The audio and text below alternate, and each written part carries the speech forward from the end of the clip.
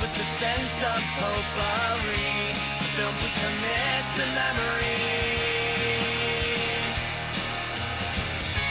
Crossing the felt ropes, watching from home on my TV, looking at all my eyes can see. They tell me I view obsessively. Hello and welcome to the Obsessive Viewer, a weekly podcast reviewing 2 new or recent release titles every episode with an occasional free-for-all segment at the end that we call Potpourri. I'm your host, Matt Hurt, and you can find more of my work, and including my written reviews, full episode show notes, and the complete backlog of our episodes and spinoff podcasts at obsessiveviewer.com. You can also follow me on Letterboxd and other social media platforms at the username of Obsessive Viewer. And if you'd like to support us and get access to hundreds of exclusive episodes, you can join our Patreon at patreon.com/obsessiveviewer. A lot of stuff is going on Patreon. I finished my Long Walk, Walk Along project that I listened to the audiobook for the long walk while walking trails around Indianapolis and recording my thoughts on each section. Completed like 27 miles total between listening and recording. So check that out. And I have also been doing episode reviews of it. Welcome to Derry. $2 Patreon patrons get access to the audio reviews of that. And the other Patreon levels get access to video and audio so they can see my dumb face. And finally, it is started, my Batman project on Patreon. It's the Gotham project. I have pulled the trigger on it. I am talking about all things Batman on Patreon. It's going to be hopefully every Saturday. I don't want to commit to that, but I do have like 8 episodes already uploaded and scheduled and everything. So it's going to go at least through February. So, Gotham Project. I also have a special tier specifically for Batman stuff in case you just want to get that stuff. But I recommend getting all of it because I do a lot of stuff on there. This week on the Gotham Project, I did a review of the Golden Age Comics collection, Volume 1, and this Saturday, let me see what I have coming up on this Saturday. This Saturday, I'll be sharing my thoughts on Batman Year 1. Yes, Batman Year 1, the comic. And I'll be talking about a digital comic for Nothing But Nightwing on the DC Universe Infinite app. So that's going to be this Saturday on the Gotham Project on Patreon. So anyway, once again, you can sign up for all of that and a bunch more content over at patreon.com/obsessiveviewer. And if you don't want to mess with that, or you just want to donate some money to me without messing with all of that, you can go to buymeacoffee.com/obsessiveviewer and make a payment there. So this week on the show, we are kicking off 2026 with something a little different from what we have usually been doing in the past. This is not a movie review. This is a TV review. We're going to be sharing our thoughts on the Welcome to Derry television series on HBO and HBO Max that just concluded recently, like a month ago, its first season. So we're just going to be talking about that. And joining me for that review and this episode is my friend and IFJ colleague, Mr. Mitch Ringenberg. Thank you for being so formal with my introduction. Oh, of course. It's great to be back. Yes, it's great to have you. And of course, you can follow Mitch's work at MidwestFilmJournal.com and on Letterboxd at Wounded_Kite. Mitch, how have you been, man? It's been a while since you've been on the show. How's it going?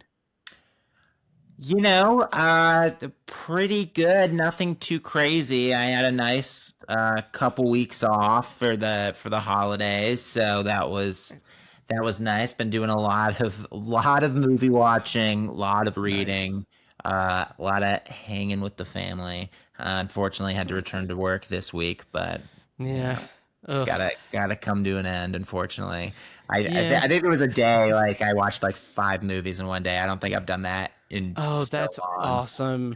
Yes. So we're recording this on January 8th. It's going to go up tomorrow, hopefully, if I can get my shit together.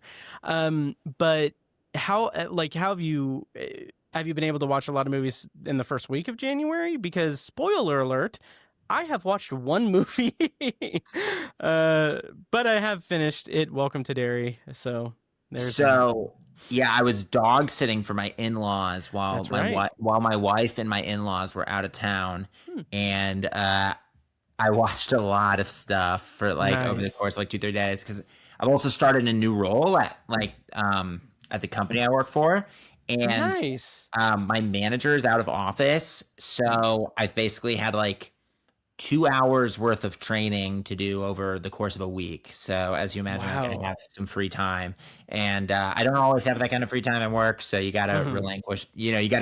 relish it. Right. Yeah, I watched a lot of just like shitty action movies. I watched On Deadly Yes. Ground, the one movie Steven Seagal has ever directed. Wow. He faces off against an evil oil baron played by Michael Caine.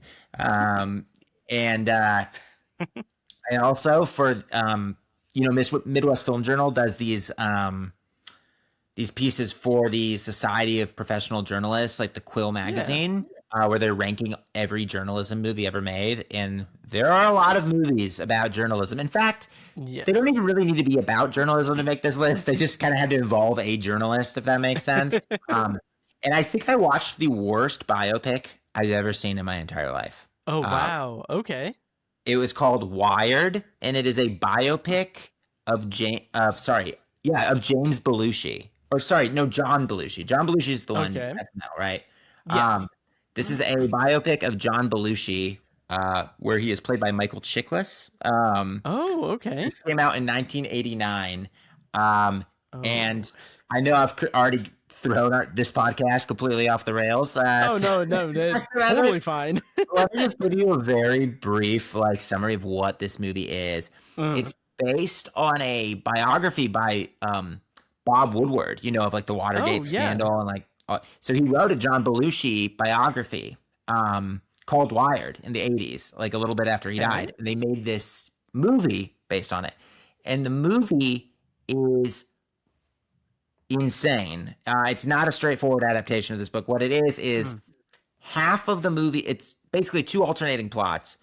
One half is Bob Woodward, a guy playing Bob Woodward, having interviews with John Belushi's late wife, and the late wife saying, everyone said he was a drug addict, but actually, he never did heroin and blah, blah, blah.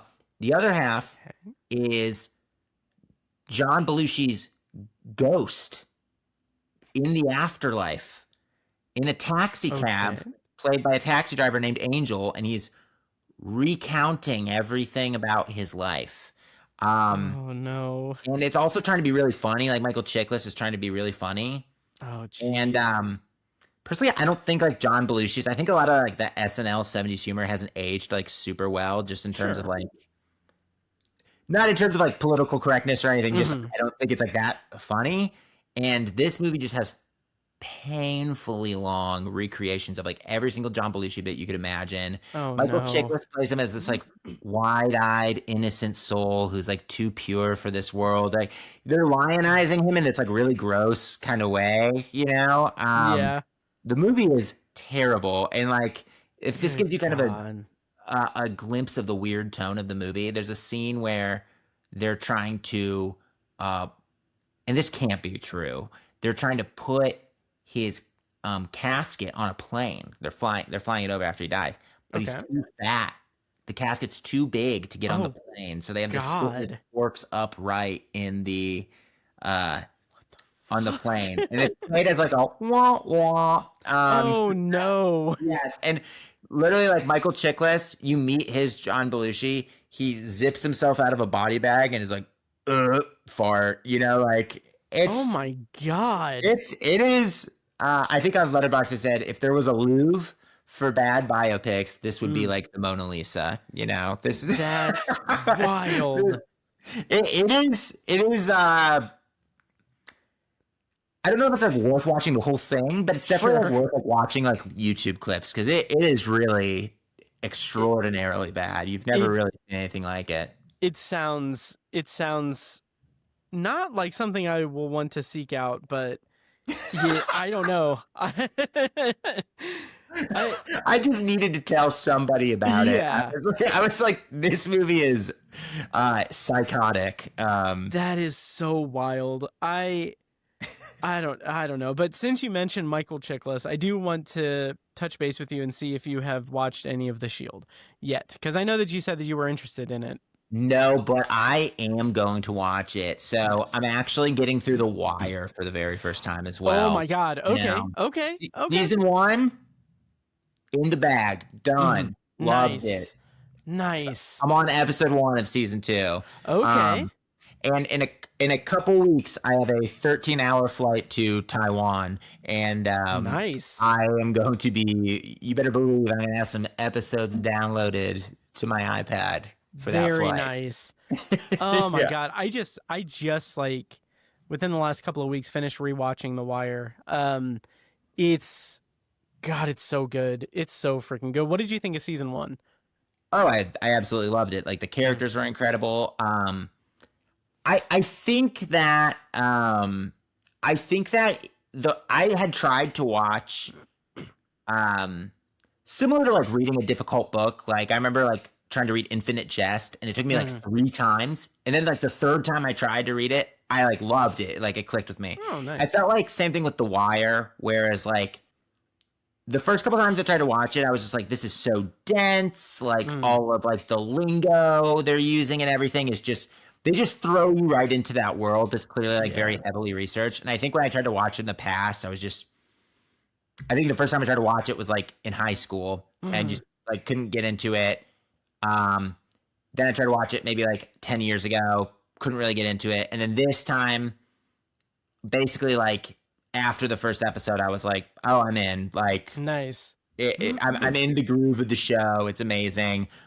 Great characters, really fascinating. And I mean, just the way it is like this sprawling look at this incredibly broken system, and also how the kind of the ripple effects of, you know, like the drug trade and like how violence kind of has this chain reaction throughout. It feels very realistic while still feeling like kind of like very cinematic and like great storytelling.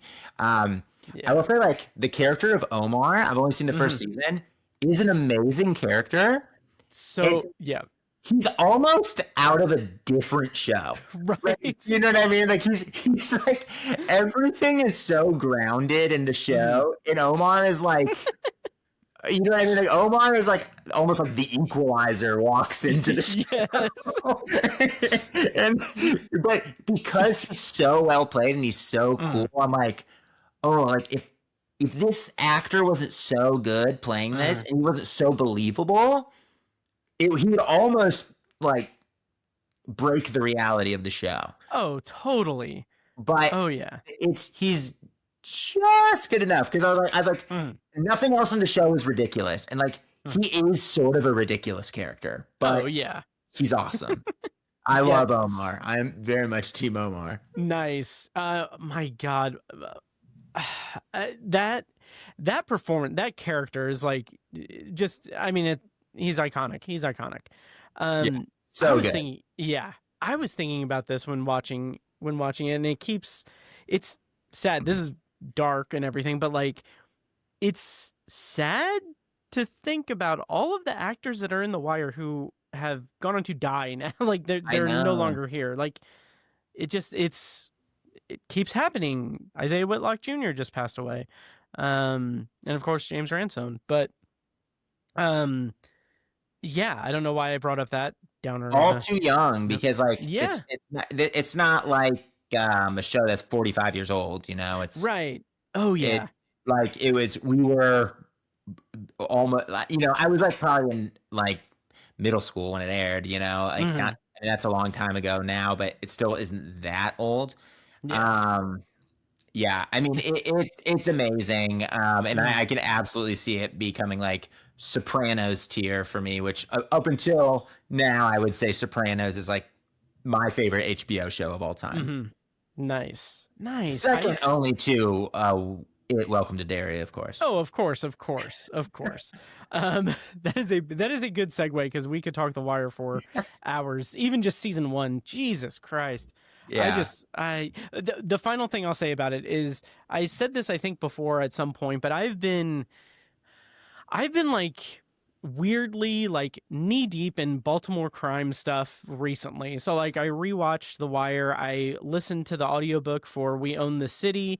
I'm currently reading on Kindle because there's only an abridged audiobook of it, but Homicide: A Year on the Killing Street by David Simon, who created The Wire. Nice. A lot of Homicide: A Year on the Killing Street comes from like his experience, because what he did was in the 80s he was basically shadowing the homicide unit of Baltimore for a full year, and he wrote about it for the Baltimore Sun, I believe, and eventually wrote a book about it and everything.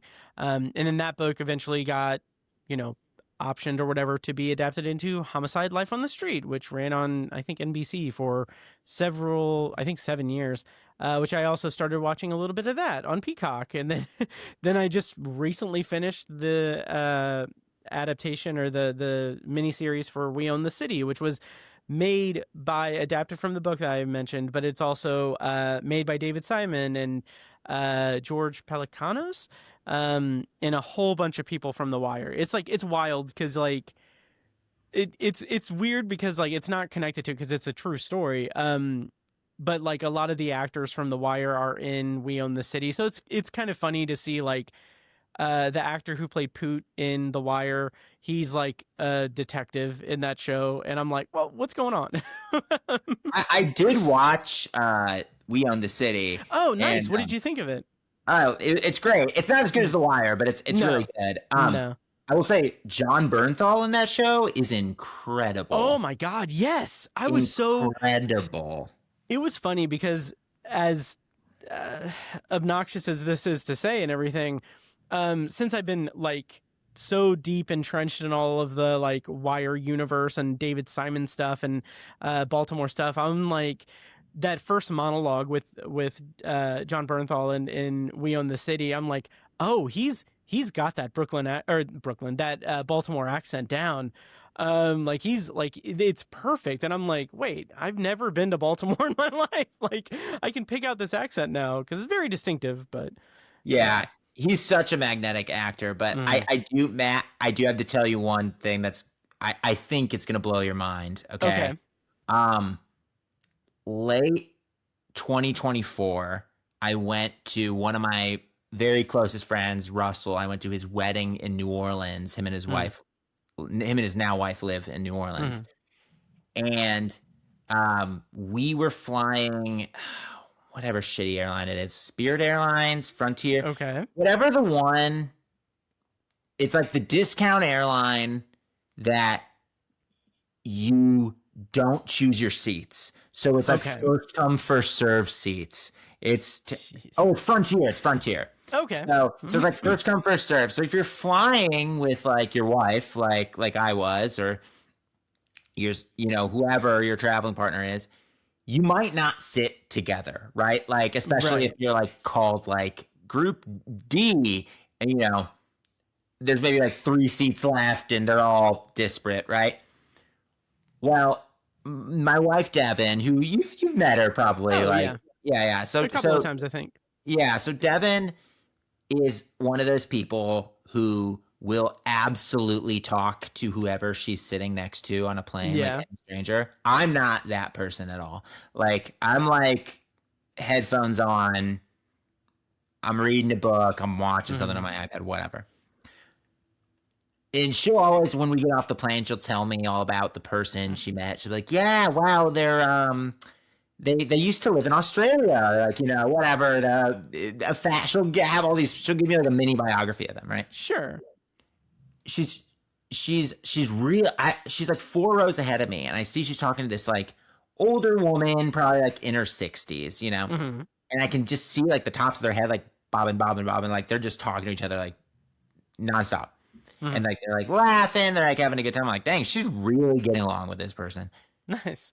When we get up, when we're seated, she's like, oh yeah, hey, this is my husband, Mitch, that I told you about. I'm like, hi. I'm like, why are you introducing me to this person? Like, I don't know this person. But she's just being friendly. Yeah. We get off, and we're walking, and Devin's like, yeah, this lady's really nice. She's actually an author. And I was like, oh, really? That's kind of cool. And I'm like, what has she written? She's like, yeah, they made a Netflix show or an Apple TV show off of one of her books. It has Natalie Portman in it. It's called Lady in the Lake. And I was like, no. And I look it up. I'm like, that's a real show. Of course, you know how streaming shows are. There's like a massive A-lister star in some crime show you've never heard of once. It came out like 3 years ago.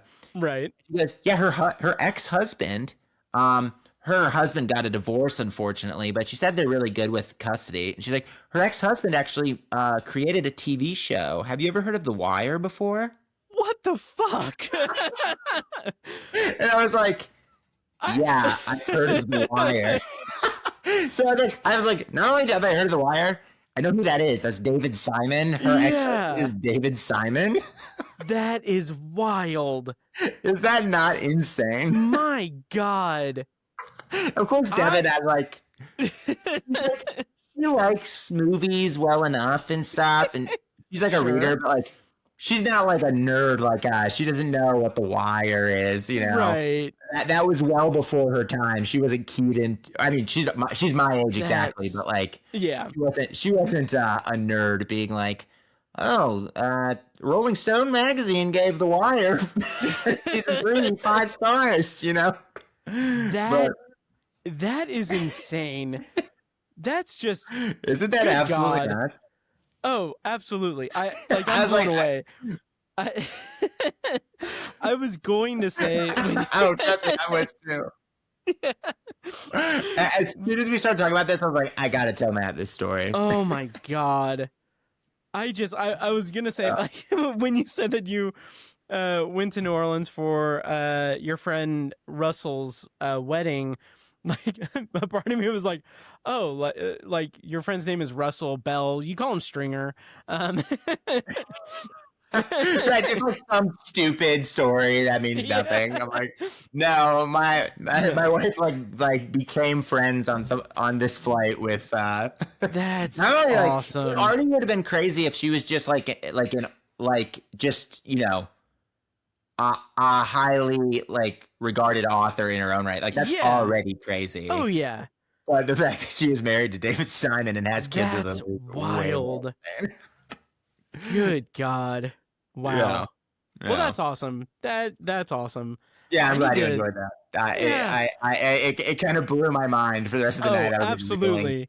I was like reeling from it for the rest of the night, and Devin was like, I mean, that's kind of crazy, but I'm like, no, you don't understand. I'm like, that's like one of the most acclaimed TV shows of all time. Oh, like, absolutely. Like that's like being like, oh, my husband is like Matt Groening or something like that, you know? Like, yeah. Like, this is like a huge. That's so wild. Yeah, I don't like. I'm getting speechless. All I keep thinking is, man, I need to fly more. I need to take more flights. It does tell you. I'm like, damn, dude. Maybe I like meet some interesting people if I ever opened myself up to talking. Well, that's the thing. Strangers on a flight. I'm the exact same way. Like if I'm like, oh, I'm gonna take a like 3-hour flight somewhere. Like, oh, that's 3 episodes of a show. That's 2. Like that's maybe I can squeeze in 2 movies and not bother the person next to me. 100%. I'm like, sorry, I need to watch Steven Seagal's directorial effort on Deadly Ground. Oh yeah. Oh my God. Well, speaking of HBO, well, actually, I do need to just say this up front. I don't have any notes or anything for what's playing this week in Indy, but I do want to recommend going to check out Alamo Drafthouse. Actually, I will say Alamo Drafthouse is showing Darkman this weekend, I believe. Tomorrow, I'll be there 7 something. As will I. Yeah, nice. Yeah. So that's going on. And also the first and third Sunday of each month, the Alamo Drafthouse does movie trivia on Sundays. So check that out. That'll be next Sunday. Not this coming Sunday. But but also check out the listings at Can, Living Room Theaters, Keystone Art, Flix Brew House, all the theaters in the area that you want to patronize.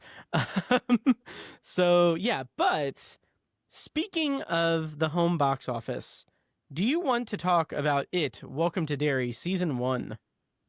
Absolutely. I'm Nice. dying to.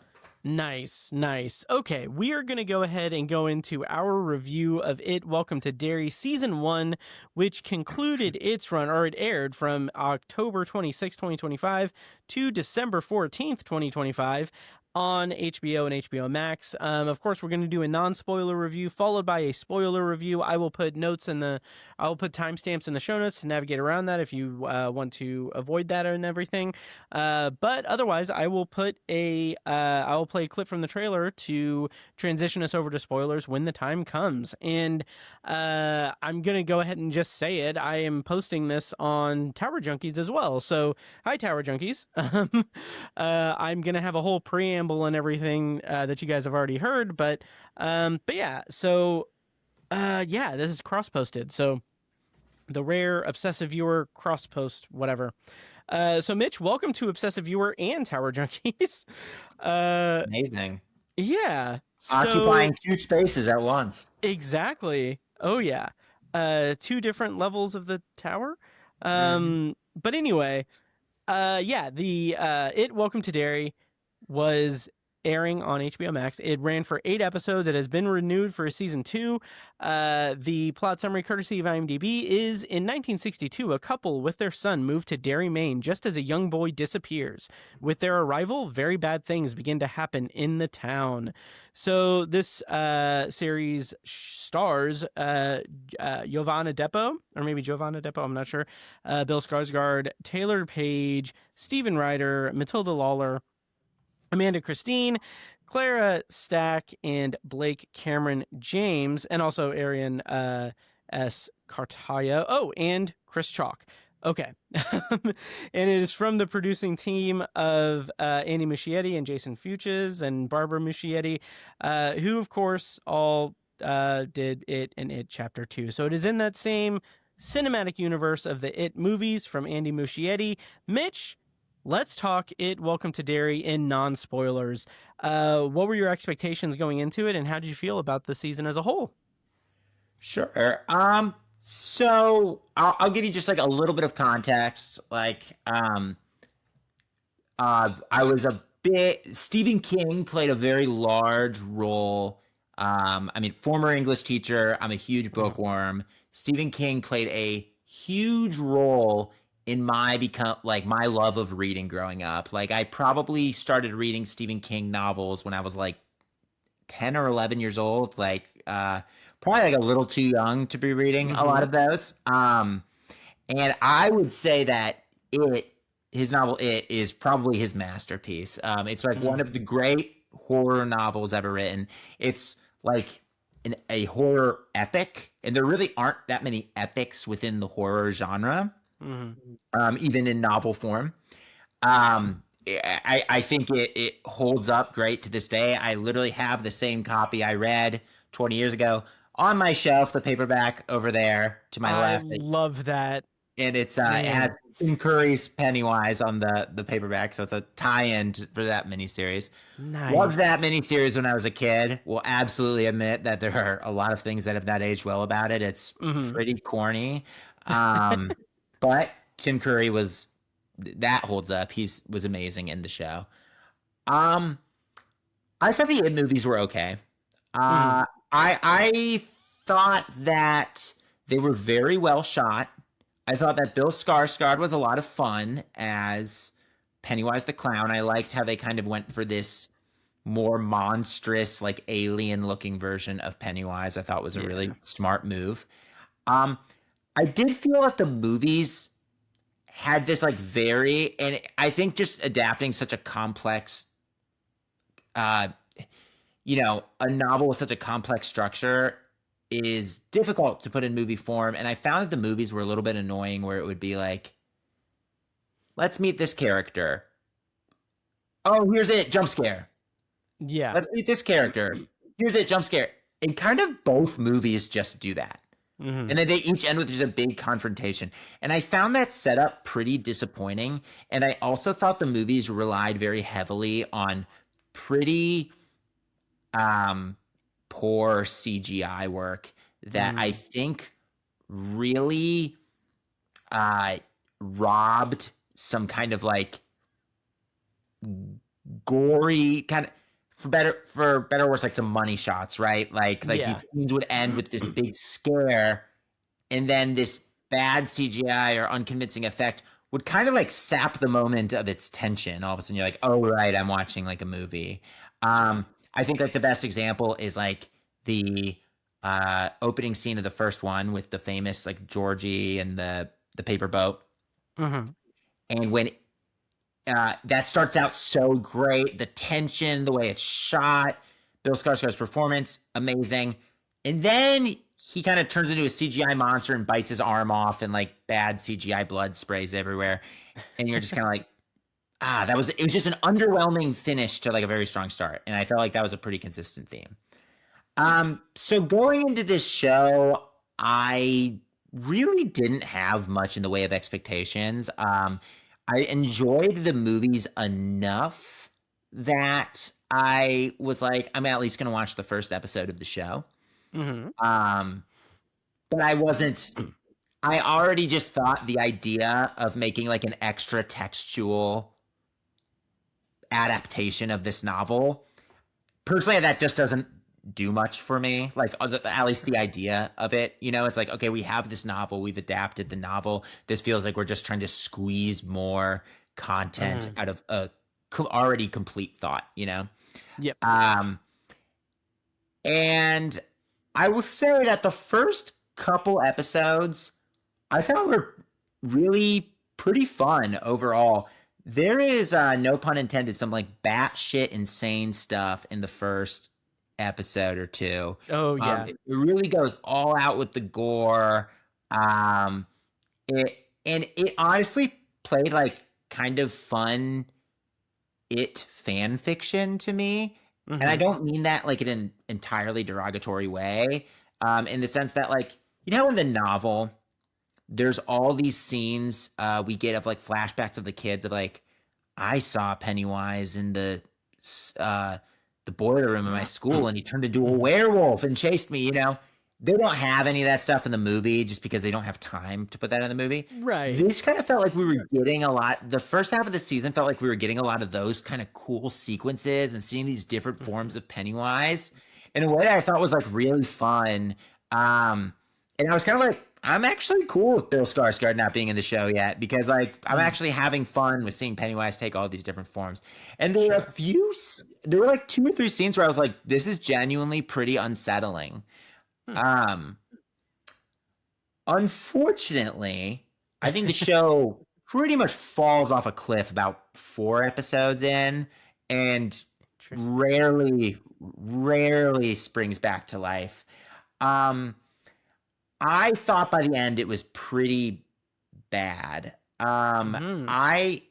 First of all, no spoilers, but I think the show over-explains and demystifies Pennywise to basically an unforgivable degree. We now have all these rules of how he can be defeated and what he needs. And, oh, if you have this little totem, it stops him dead in his tracks, and just things like that, where I'm just like, everything you're doing here is making him less and less scary. By the end, the show also does, I think you could show too much of a character to make them less scary. It was great to see Bill Skarsgård back in the role. He's fun. He's undeniably a really entertaining. His performance is big and goofy and fun and chilling when it needs to be. But by the end of the show, what they do with Pennywise and what he is doing is so large scale and kind of ridiculous that it's sort of like,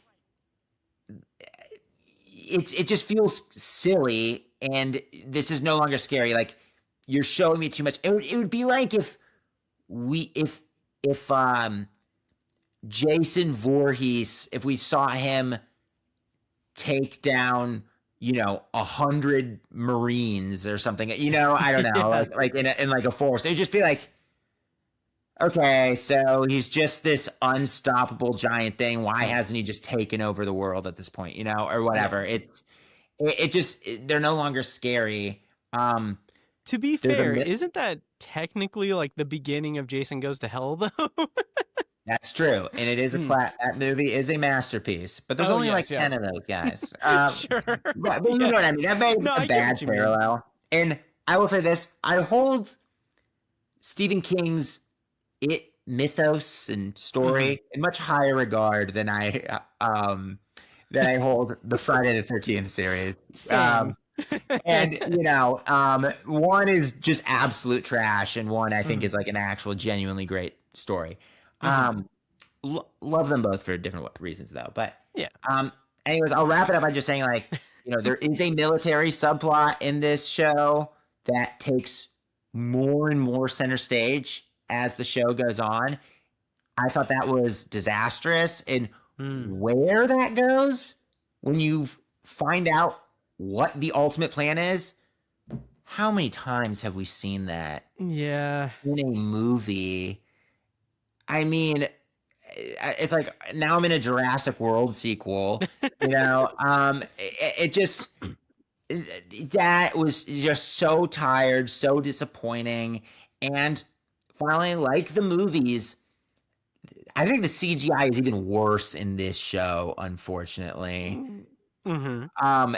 There is some really cool effective buildups. There's a scene where Pennywise is in the form of an old man in the woods that's like genuinely unsettling, and then he turns into like a 30-foot tall old man monster chasing this kid, and it's the most laughable thing you've ever seen, in my opinion. I just couldn't. It just completely killed the moment.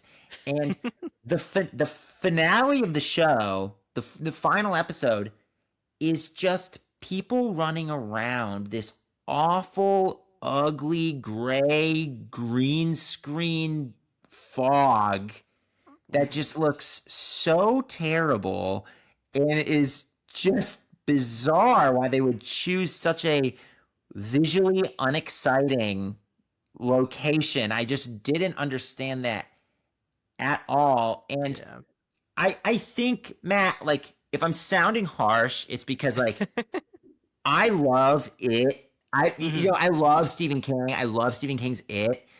This is supposed to be a prestige HBO horror series, about one of the best, most iconic horror novels of all time. And it just felt kind of a little poorly executed in ways that I just feel like we can do better than this. And that's not to say that there is stuff I liked about it. There are some subplots, particularly involving the guy getting framed for the children's murder, and how some of the kids factor into that, and seeing stuff referenced like the black spot, which only gets like a passing reference in the book, get totally recontextualized here was cool. There's some stuff that I definitely liked. But I just felt overall, I felt pretty disappointed in the show. That's totally fair. And what's interesting is I'll go ahead and share some thoughts of mine, and we can dig into it. I recognize a lot of those criticisms and faults, but I loved this show. I thought it was great. And it's funny because I had the same thought about the finale. Like, multiple times I was thinking, like, oh, they blew their budget on all of the set pieces up until this point. So, like, they couldn't, like, they just need to just map a green screen on something and just have, like, completely, like, not even fully rendered scenery because it's all foggy and everything. Like, I had those, like, thoughts in my head. And, like, there are some things in this season that feel like it is very much Andy Muschietti. And I mean that in somewhat derogatory terms. So, like, my biggest criticism of it, Chapter 2, was that I hated the whole fetch quest video game thing where they need to find a totem and they need to burn them all in a small trash can so that they could defeat Pennywise. Like, that's not... No. That I know that it's hard to to do the ending of it Definitely. from the book. It's like too metaphysical and everything, but like to have like like in it chapter 2, I kept thinking like, oh, this is like that episode of Friends in the first or second season, the one with the blackout where the girls put their trinkets from past relationships and they burn them in a trash can. Like that's not what I want to think about when I'm watching an It adaptation. Right. And I say that because the show veered very close to that type of thing. Like it just seemed tired that it was like, oh, you like the military needs to do this with these objects. And we need to find them. It's like, oh, okay, what is your deal with like doing these like totems and like hidden things? Like you don't that's tired. You could at this remove point. it entirely almost from the show. Yeah. Oh and yeah. like not that much would change. Mm-hmm. Oh, absolutely. And I remember you had messaged me before the show aired, and it's funny to hear your thoughts on it now because you had messaged me and was like, "So this is the plot for this is Little apparently did the I plot." realize how much of a spoiler that actually turned out to be. Oh yeah, Because like it was all right, it was all correct. Was the Yeah. thing?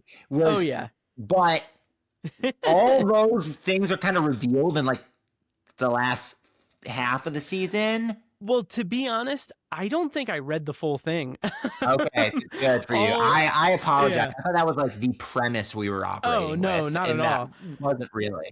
My only takeaway from it at the time and now was that it was like, oh, this is about a military operation in Derry to try to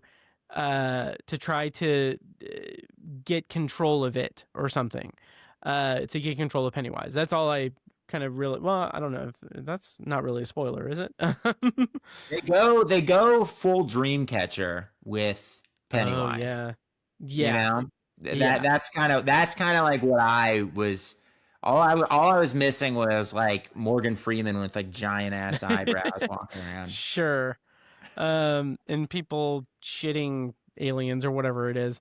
So despite those issues and everything, I was a sucker for this just because it's depicting an era of Derry that is digitized or not, like overly digitized or not, it definitely feels like the Derry of the It movies. Like it just felt like very comfortable in that respect. And to even have like the Derry standpipe feature so prominently, again, very digital and very green screen, but to have that be such a pivotal location is really nice. And it's like checking all the boxes for me that it needs to. And then there's a character that I don't know if we really want to go into it without spoilers, but a character that I think is cast wonderfully. And are you talking about a character who's in another Stephen King novel? Yes. I think that's fine to bring him out because he's in the first episode.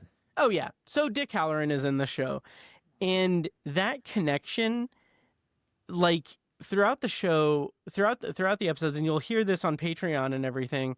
I kept thinking, oh my God, this is the spiritual season 3 of Castle Rock. Like this is taking many different things from Stephen King and remixing it and putting it together, but kind of containing it more toward the It lore. And I was all for that. Like even references to the turtle, just like nice little like nods and everything. And the way that Dick Halloran is developed throughout the season, like I found myself in moments like, oh wow, I'm watching Dick Halloran talk to this character that's tied to another character in It about Pennywise. Like what the fuck is going on? And it is jarring. Yeah. And like I felt that in a good way, and I don't know if that's me just succumbing to fan service when I probably should be a little bit more discerning with it, but it worked on me. And there's also a cast of kids that are kind of at the center of it that are kind of like the proto losers club. And I understand you need to have that in It because that's what It is all about. It, like you said, it is a horror masterpiece, but it's also this brilliant coming of age drama with this group of kids. And And if you want to subscribe to the people on TikTok who just heard about 6 pages of the book and figured that, oh no, it's terrible and Stephen King is a Right. monster, then you can have your druthers there. I don't know why the fuck you're listening to this, but anyway, but even that I talk about that on Patreon a little bit. But anyway, I was still pretty enamored with it. I do agree that there are some issues. There are some things toward the end that Pennywise does feel, like you said, it feels too large scale, to the point that it feels like it is in the face of what the It book is and story is all about, in terms of, these kids fight this entity and then have to come back, and they don't remember the fight, like the hidden trauma of that. And like, this is like a different beast entirely in terms of the scale and everything. Well, I think, and first of all, like, beautifully said, Matt. Oh, thank you. And you know what? Like, look, as a Stephen King superfan, I think you're absolutely entitled to, well, enjoy whatever you want, but like, Sure. appreciate the fan service if you find it's done well, right? Yeah. Like, I think fan service has now kind of become this like very derogatory term, whereas like, I think it's just because we've seen so much poorly done fan service that, when you see it done well, it's actually like very satisfying. I think the problem is when it becomes like the text of the story you're watching, when you're like, okay, like that's not in and of itself interesting, right? And here I will admit, like, I think for the most part, like references to the turtle and things like that, that's shit only like weird nerds like us even. Oh yeah. No, and it did it in like a pretty cool, tasteful way. This is just a matter of personal taste, obviously, but like for me, the appeal, or what makes it, the novel, so scary is Nightmare on Elm Street very much, it kind of has a similar taps into a similar fear, which is like, there's something evil here. Only we kids can see it. And there's a sort of ambiguous nature of like what is kind of infected by Pennywise? How like far do his kind of tendrils go? You know what I mean? Into like infecting this town. Are some of these adults evil or ignorant to us because of Pennywise's influence,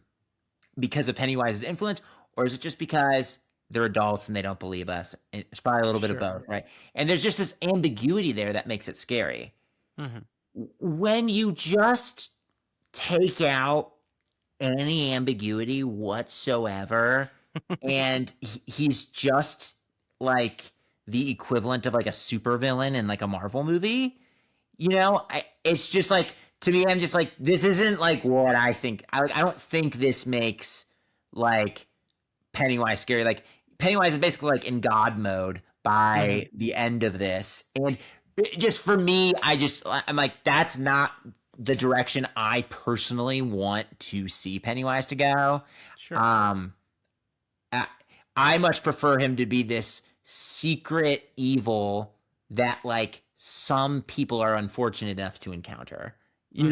Like that to me is much scarier than just like, yeah, the military's after him. All of the Native Americans know who he is. They've seen him a million times. Like, everybody in town knows him. Like, just like all that stuff. Like, are there a couple fun moments in there? Like, for sure. There's like, there are like some things that are just like on a surface level, like kind of just fun, schlocky horror movie stuff. But it just felt too silly, like there's nothing sinister about it or ambiguous, and like that to me is like I think what I want out of this specific story. So that's fair. And it's funny because we talked about the CGI and everything, and like I just keep thinking like the issues I have with the finale, which are, I'll talk more in depth about in Patreon and in spoilers, but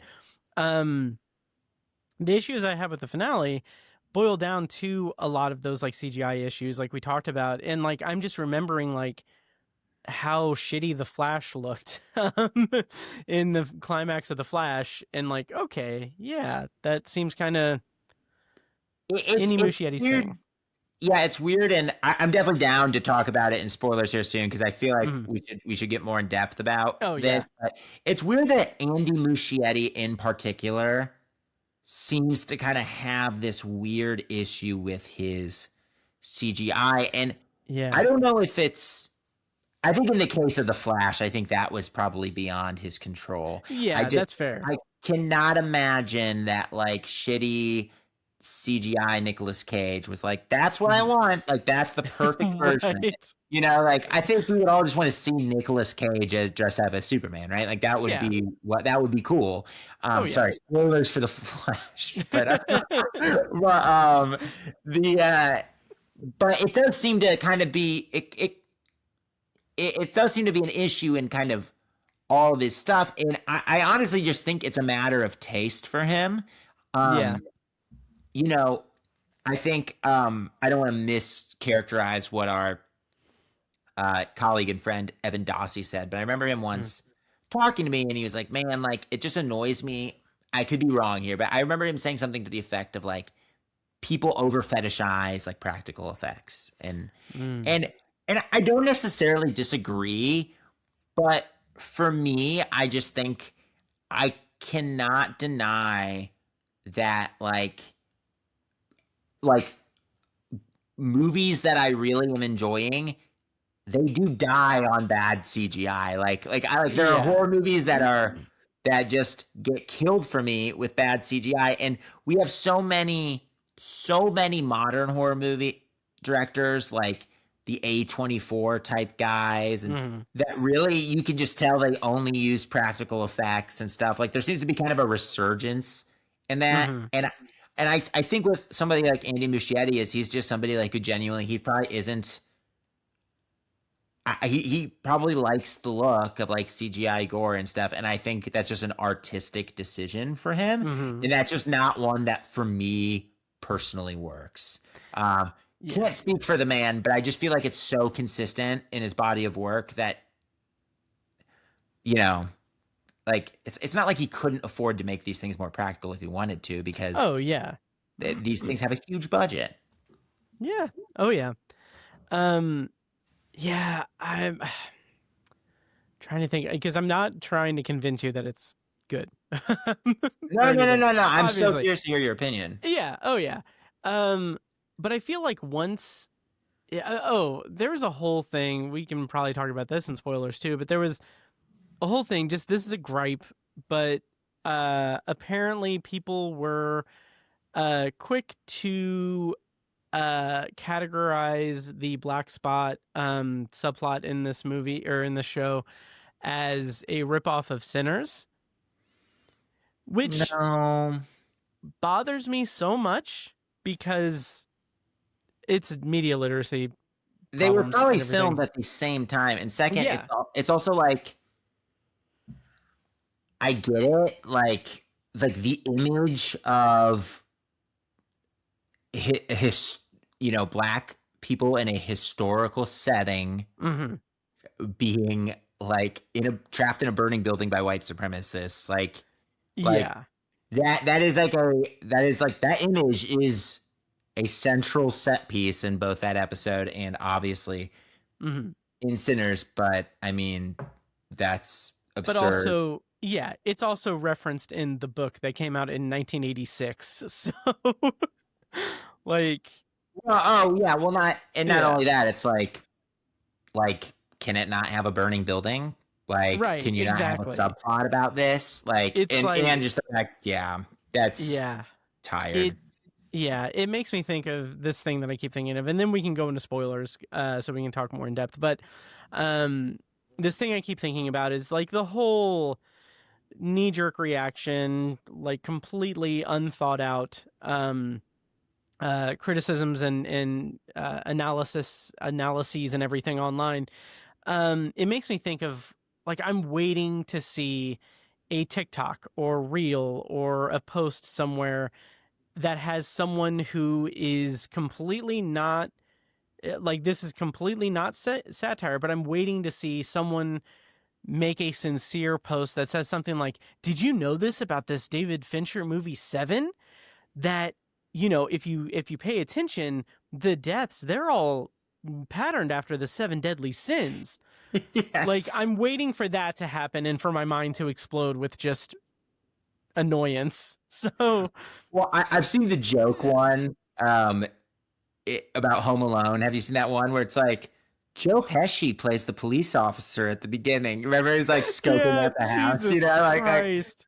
But like that one, I think it's supposed to be satire, but it's that's like a perfect bit of satire because that is very much the type of. I mean, the problem is like the internet's a terrible place because all of the worst opinions and all of the dumbest takes and worst opinions, of course, get the most traction because they provoke a really intense reaction out of people, understandably. Oh yeah. And that's why I don't have Twitter on my phone. That's why I don't really, I can't say I don't really check Twitter or anything, but like, I don't check Twitter, but like, I will browse TikTok and everything. And I'll post, reels and TikToks and everything, just because I want people to listen to the show. But anyway, that's a positive use of the platform, though. All right, we need more OV listeners out there. Exactly. And like, here's the thing about that also, and then we'll go into spoilers. I posted a reel today and a TikTok today that's a clip from episode 497 of the Obsessive Viewer. But it's me and Brent talking about Wake Up Dead Man and Rian Johnson. And in the clip, I talk about how like, I loved The Last Jedi. And I go on in the episode to say like, I'm glad that that Rian Johnson never did get to make his Star Wars trilogy just because we got a Knives Out trilogy instead, and I'm much more attuned to that.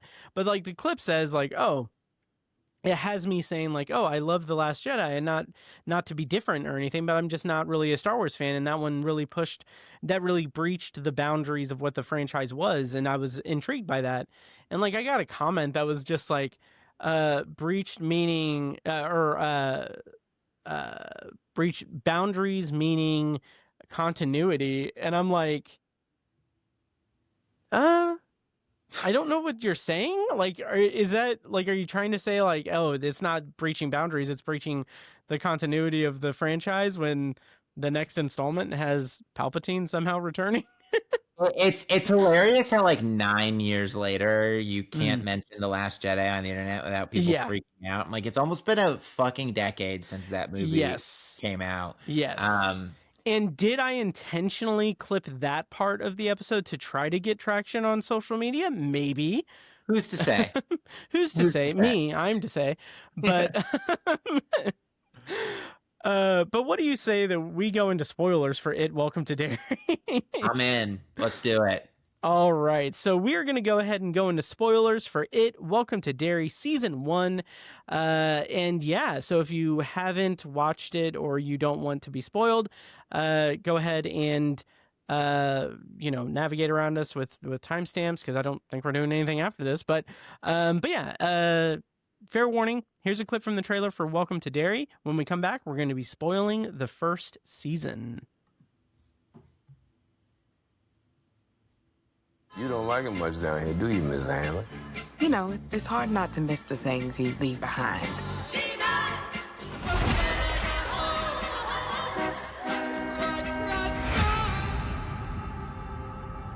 We're getting into the swing of it, though. Starting to feel like home.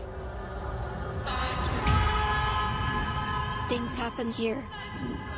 We don't really talk about it. No one does. They never even found a body. Okay, so spoilers on. I didn't expect it to end that abruptly, but spoilers on for It, Welcome to Derry Season 1. Mitch, where do you want to begin with this glowing prestige television season? Yeah, I mean, I don't know. I mean, there's definitely stuff we can, things we can discuss that I enjoyed, and I would say probably for me, probably the highlight of the season would be either the first episode with like the freaky bat baby Oh yes. birthing scene. I mean, that was just so balls out insane that I was like, oh, okay, like I'm paying attention. Yeah, the opening and closing of that episode were like, I was just like, oh, I'm in it. Like this is intense. Like they're really going for it. I mean, for them to kind of pull a psycho and, you know, kill off these kids that you think are going to be the main characters of the show was also very cool. I also really enjoyed the whole Black Spot episode. I thought the subplot, you know, I'm of like two minds about this, where it's like, you know, it's doing the prequel thing where it's like, why is Pennywise dressed up like a clown? Like, I don't want to know that. And the answer they give us is because he saw a clown one time, you know? Well, I know it's because he's like, you attract the children. The children see something in you. But that was such a, like, you know, I mean, you basically just like passed a circus one day and I was like, all right, I'm gonna this is gonna be my thing. And you know, I mean, like I just didn't find that a very like I was just like, okay, like I could have come up with that. Like sure. But I feel like that's somewhat canonical to the book because they talk about Bob Gray, and even in the adaptation for It Chapter 2, like there's like the whole Mrs. Kirsch scene does kind of go into that. So like I feel like there's precedence for it, but I get what you're saying. That's fair. That's fair because like I will say like it has been a long time since I've read the novel. So like me too. So I could be completely wrong. Like I also like there's something I learned recently that like in the It novel when they mention the Black Spot, they do mention Dick Halloran was there. Yes, in the novel, which that kind of gave me a pass because like. Or that kind of like made me a little more forgiving because I have to say just from like a gut reaction, you know, I think it's just like MCU fatigue that I have that like anytime I catch a whiff of something trying to like build this extended universe, I'm immediately like very skeptical. Not saying it can't be done well, like you know, right. And not saying it like makes me mad every time, like, but just you know the fact that like Dick Halloran I knew was going to be a big thing in the show. I was kind of like and I will say like I thought the casting was great. I did think that was cool how they found a way to actually incorporate like, oh, here's the context of like. What actually happened in the Black Spot. You now have this deeper understanding of it and why Dick Halloran was there. I thought that was really cool. I do think, you know, again, I just think it's like this show just going a little too big, everything needing to kind of be like blockbuster level stakes. Like I didn't need, they basically make Dick Halloran like Professor X in this in terms of like, just like in terms of like how powerful he is. Yeah. And, you know, I didn't really need that. To me, like, I like Dick Halloran in my mind. Again, and this is everything I'm saying is like a personal preference, obviously. Sure. And it's a very like nitpicky fan thing. But like, I like how like Dick Halloran is portrayed in The Shining, which is just like, I'm a dude and I get visions sometimes. You know, like I can see this kid that is in trouble, you know? Because if he was that powerful, he would have stopped Jack Torrance way before any of that stuff happened. You know, I mean, this is so nitpicky, but you know what I mean? That's a fair point. But I will say that maybe the like elixir that Rose gave him like quelled his powers or whatever, and in the show, like But I will say that the casting, Chris Chalk as Dick Halloran, I think is brilliant casting. I thought he did a phenomenal job. And like for a character who is now like such a prominent character in adaptations. I mean, you've got Obviously, Scatman Crothers in the Kubrick movie. You've got Marvin Van Peebles in the '90s Shining miniseries, and then you've got Carl Lumbly in Doctor Sleep. Now we have Chris Chalk, and I think that like it's just great casting across the board on all of these adaptations. But speaking of Doctor Sleep, again, I loved how this show incorporated some things from other Stephen King materials, namely The Shining and also Doctor Sleep. So I don't know if you've read Doctor Sleep. So I can't remember. Were you one of the IFJA members who hated the movie? I was one of the only ones who loved it. Thank you. Yes, I loved it. Yes, and same I'm not here. even like a Mike Flanagan fanboy. Like I went in just being like, whatever, and I walked out being like, that was way better than the book, in my opinion. Yeah, I didn't have my list of IFJ members that are dead to me readily available, so I apologize. But no, I loved how this show incorporated the lockbox stuff from Doctor Sleep, and I just thought that was just such a nice touch that we have that context for him. But I hinted at it in the non-spoiler section, but I love the fact that like we have like a version of Dick Hallorann who was talked off the ledge of killing himself by the grandfather of Mike Hanlon from It, so that they could go and defeat Pennywise. Like, there's just something, again, fan servicey, but there's something that's just really, really pleasant to me about that. And I think maybe it's because I was such a fanboy for Castle Rock. But yeah, I thought that was great. And also the using actors from previous Stephen King adaptations. Giovanna Depo was in the much maligned Stand miniseries on CBS in 2020, and he played Larry Underwood in that, which I thought he did a great job. So anyway, but he was great here. But anyway, I liked it. But to kind of talk more about the finale and the end game things, and I know we're skipping over some stuff and we'll talk more about it, but the big scale thing, I liked the imagery, what I could see of it, with Pennywise guiding the floating students across the frozen river. I thought that was cool. I got a little lost in terms of what his plan was to breach the boundary and be let out because the military wanted him to be, so he could just like take over the world, basically. Yeah, which does feel a little too big. And it's also just like, I never really get the sense in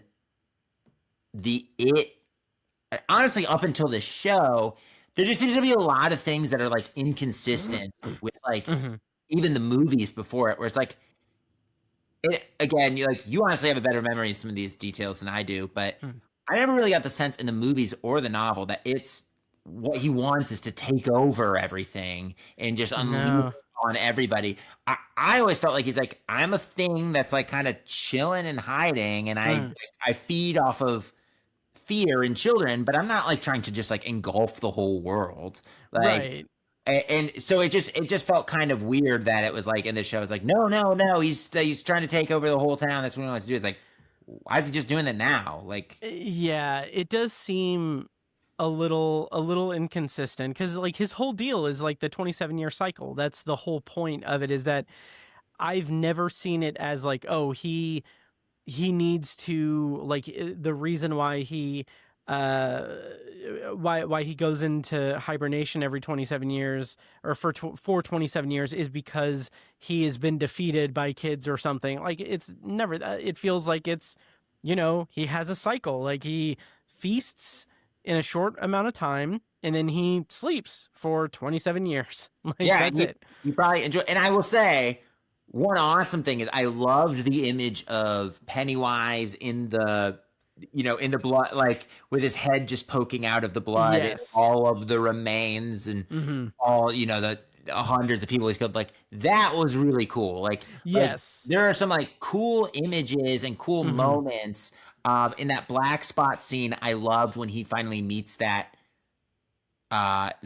insane clown girl who like was in the hospital. Mrs. Kirsch. I liked her whole arc. I enjoyed that, how she starts as someone that you're like, oh, she's really like, for a person in Derry, she's like an unusually kind adult to this girl who literally, almost to a comical degree, this girl has the worst life ever. Like, oh yes, goes her way ever, to the point where I was like, come on, like give this girl a break.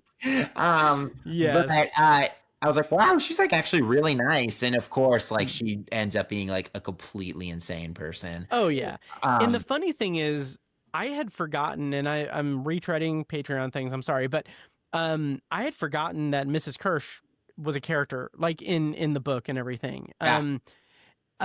So like I had remembered the name, and like I kept like racking my brain through multiple episodes and in multiple reviews on Patreon.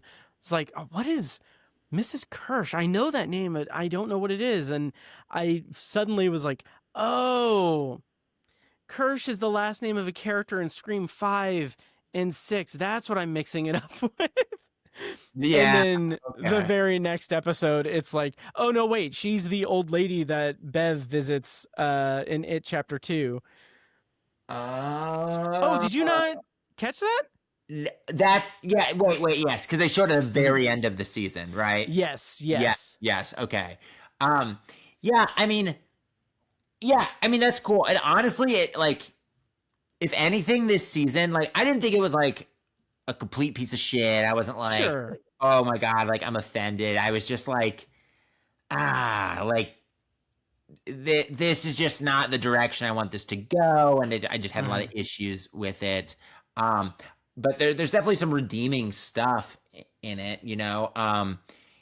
I thought like the two performances I really liked were like, I liked Steven Ryder as like Hank Grogan. I liked Taylor Page is like always fantastic as Charlotte Hanlon, and obviously like we talked about, Chris Chalk I thought was really good. Now, again, I feel like, you know me, I've been on this podcast before. I'm not usually a guy to like pick apart little things. Like I'm not that guy usually, especially with horror stuff. I'm like, yeah, whatever, it's crazy. But for some reason, like with Stephen King, something I love this much, I'm like, no. Like even me, like I was like, Chris Chalk was great as Dick Halloran, and I don't think this is a fault of his performance, but I'm like, this doesn't seem like the Dick Halloran that we know in The Shining, like at all, in terms of just like how powerful he is, but also just like his personality. Like this Dick Halloran is like, I'm really pissed off and moody like all the time. and you know what? Listen, people change over the decades. So, you know, maybe this experience turned him into like a sweet old man, you know? but I was like, this does not seem like the guy's like, what's up, Doc? Like, yeah. But also I will defend that slightly by saying like he is also being used by the military to like, he's under some stress. No. And he's like a military badass. Like I think when you get out of the military, no, that's like such a minor nitpick. But I mean, his performance was great. I think it's more just like the characterization of Pennywise is kind of like the main thing that I find to just be like very inconsistent. And everything just feels very like, it just feels very like almost like I'm watching an MCU movie or like a superhero movie in terms of just like how big everything gets. I mean, by the time when we see Rich Santos, the little kid, and he's like running with like whatever the fuck he has, like the dagger, the totem, and he has to like stab the thing, and there's like 30 minutes of him in slow motion, like running. His ghost is running to help them stick it in the ground, and like that is very, it felt very like Blue Demon Sky superhero movie. Yes. Oh, absolutely, and that did kind of bother me a little bit. I will say that the kids were maybe my favorite part of the whole series, the whole show. And and I had a question I was going to ask you later, which I will still ask you, but I feel like I already know the answer, about the future of the It universe and Dick Halloran.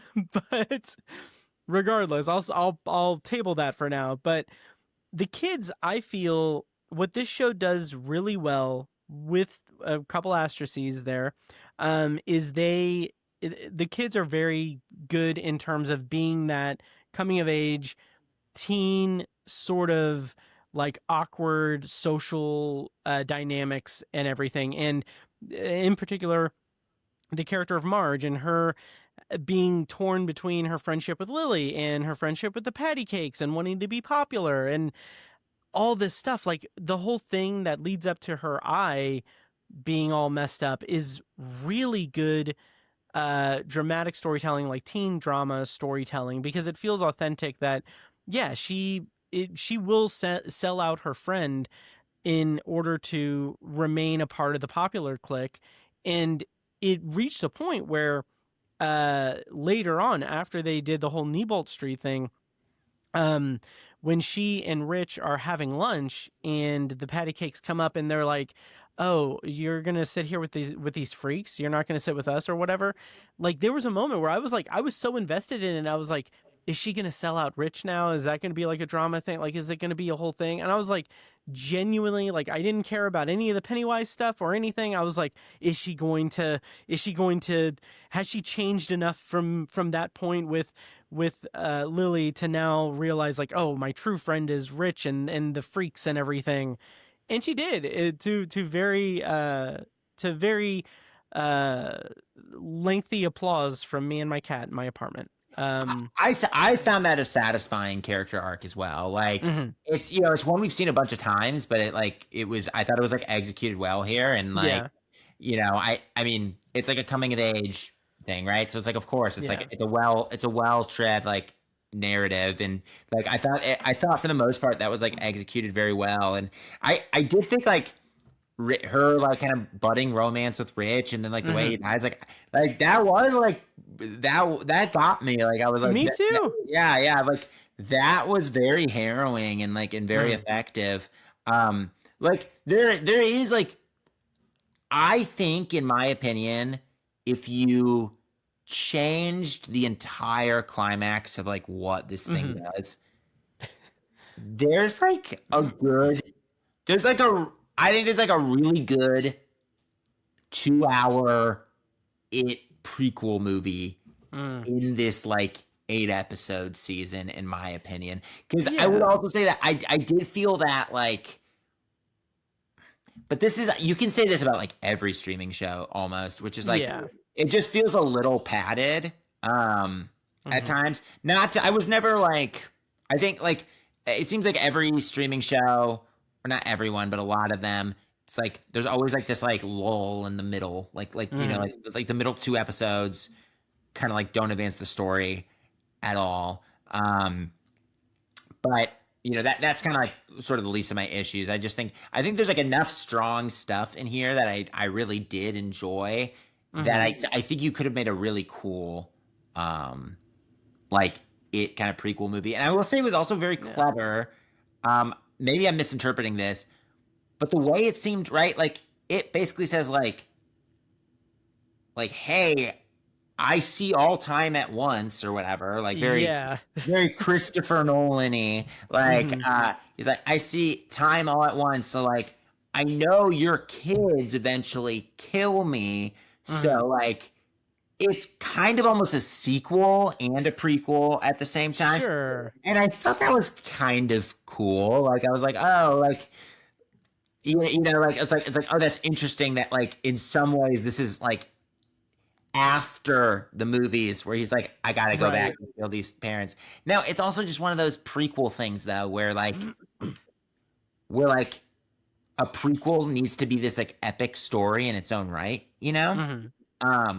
where it's like, there's just something that where it's like, okay, so like also their parents, like this is the kids we see in the other 2 movies, this is their parents doing all this.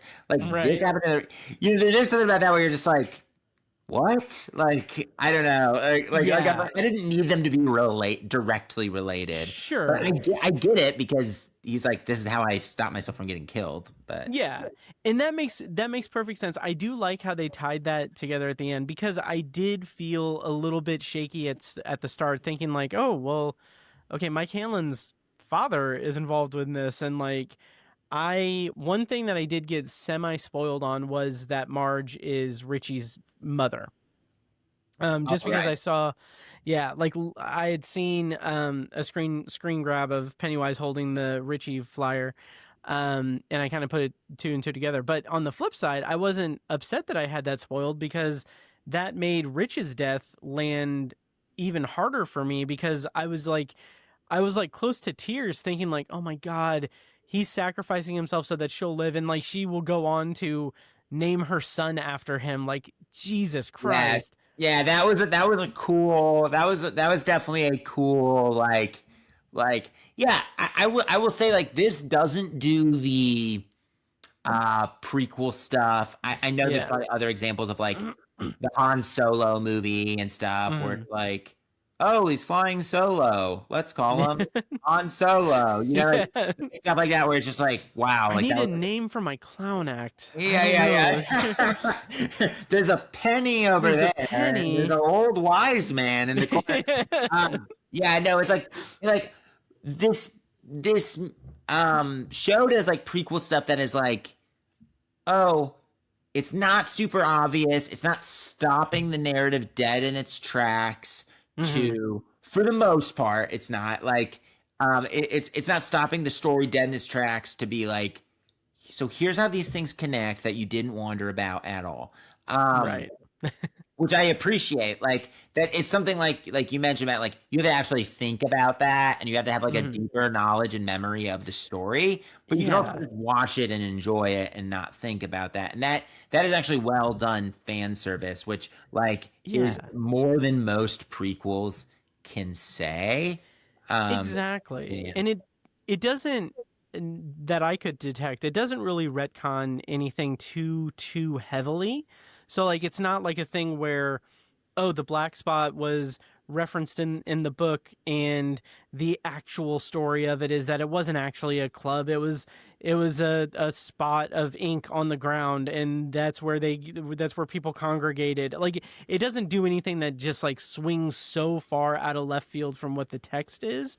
But it does do stuff in its own unique way, for sure. But one of the things, in terms of the fan service and the kind of wraparound thing of him being all knowing, essentially, that I didn't take to, was like, you referenced Nolan and like Christopher Nolan earlier. Like, I feel like the dialogue in like the finale toward the end was like way too like dumbing it down for us. Like, the whole scene where Ronnie is talking to Marge is talking to Ronnie and saying like, or maybe Lily, I'm not sure, but she's like, when I was alone with him, he said that my son is going to kill him. And do you think that, every 27 years, he's like, if he can go back in time, is he going to go back and try to kill our parents? And like, it's almost with like a wink, like, yeah, because next season it's going to be 1935, and we're going to see Pennywise and Derry in 1935. And it's like, there's a lot of violence in this show, but that was the most violence I had because it was hitting me over the head with a hammer. Yeah, that felt very much like a studio note being like, hey, some people might not be putting this together, so you need to explain this. Also, I felt like I'm not going to be recalling this perfectly, but like Pennywise, when he's talking to like Marge and the kids at the very end of the finale, he's like, your kids go on and kill me, and like he's like, and also this is how I see time, so this is why I'm doing this. And I'm like, Pennywise doesn't give a fuck about stuff like that. Like he doesn't. Pennywise is like this like primordial being in force. It's just weird to think of him being like, I need to make sure I like explain my plans so they can kind of like understand like what it is I'm like trying to do right now. Like, he's monologuing. yeah. He's like, I'm not like really get.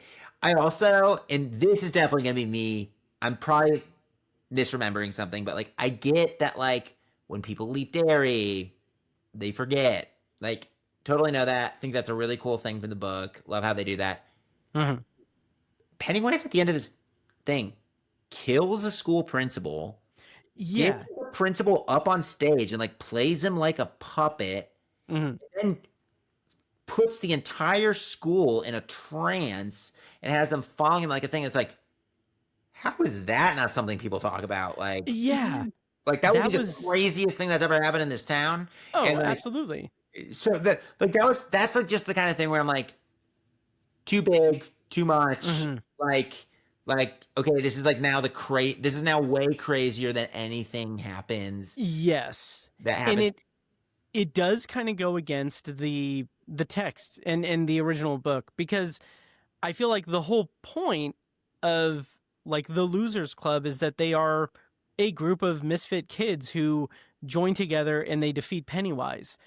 Like, by design, and because of the subtext of the whole coming of age thing and the loss of innocence throughout this shared trauma that the Losers Club experience, and it's because they're a self-contained thing. Like we talked about, the adults in town don't care because they're under Pennywise's spell. Either that or they just don't care. 1 or 2, 50-50 chance of that.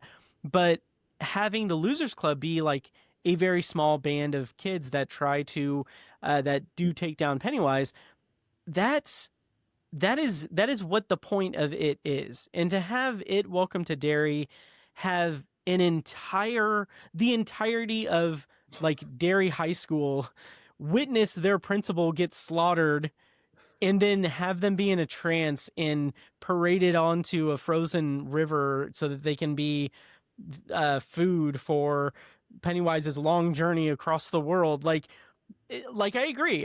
That's too big. It's too big, especially when the whole point of people forgetting about the things in Derry is them leaving and forgetting it. And like, it doesn't, like, an entire school has now seen everything.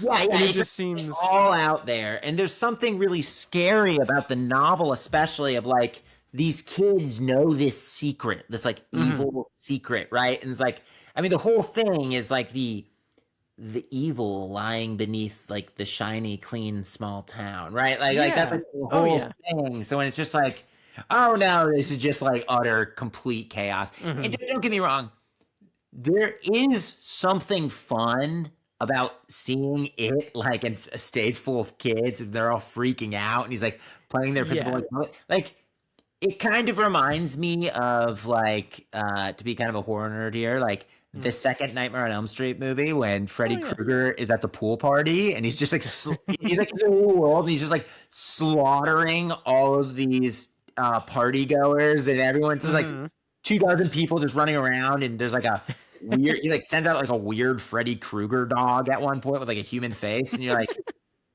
Freddy Krueger's never been able to do that before or since, but we're just gonna do it this one time. And you know, there's something like fun. It's like, oh, this is cool that like Freddy Krueger is like slaughtering all these people in the real world, but you're also like, but also like this breaks everything about Freddy Krueger because if he could just do that, he would just be doing that all the time. So yeah, you know, the thing is that I think with like if you're going to go beyond the text of a novel, if you know you are inherently saying like, or you are putting yourself up for speculation of people being like, is this a cash grab? Right? It's like like you've adapted the book, so you like can't adapt the book again, right? Like Andy Muschietti's not going to make the movies again, so it's like, but they want to do more. So to me, it's like you need to convince me that this was like a story that really needed to be told. Yeah. And I will say that, like, to me, I don't think it's like a definitive no on my part. I'm not like, man, what a soulless cash grab trying to just milk this franchise dry. I genuinely thought like there are ways in which they expanded upon the characters that were pretty cool. But there was also stuff, that I did feel like I was like, well, that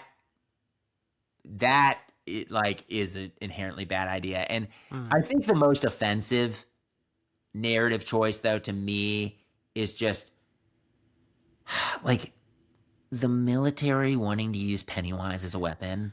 Yeah. Like that was a cool subplot one time in James Cameron's Aliens. That was one time they made that subplot cool. It has never been cool in any other thing ever. And like this is no exception. It's like as soon as he tells you, like, it's also the dumbest fucking plan in the world. Yeah. Like it's the dumbest plan. It's like, hey, this is a thing we don't understand and is gonna kill.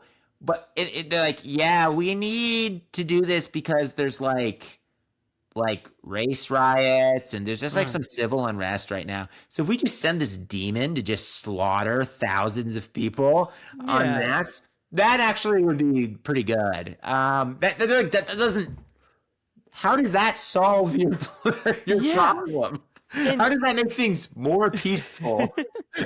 I will say, I do agree with you on there. Like, the more I think about it, the more I am a little bit annoyed by that revelation in the show, because like at the beginning, like the way it's presented is like, oh, there's something under Derry that needs, like, the complete obliviousness to it felt so much more intriguing than the idea that General Shaw like had a run-in with Pennywise back in his childhood and now he wants to weaponize him. Like, no, we don't need that. Like, just have it be that these human beings that are in positions of power don't understand what they're fucking with, and they like do whatever. Like, that's enough to carry through.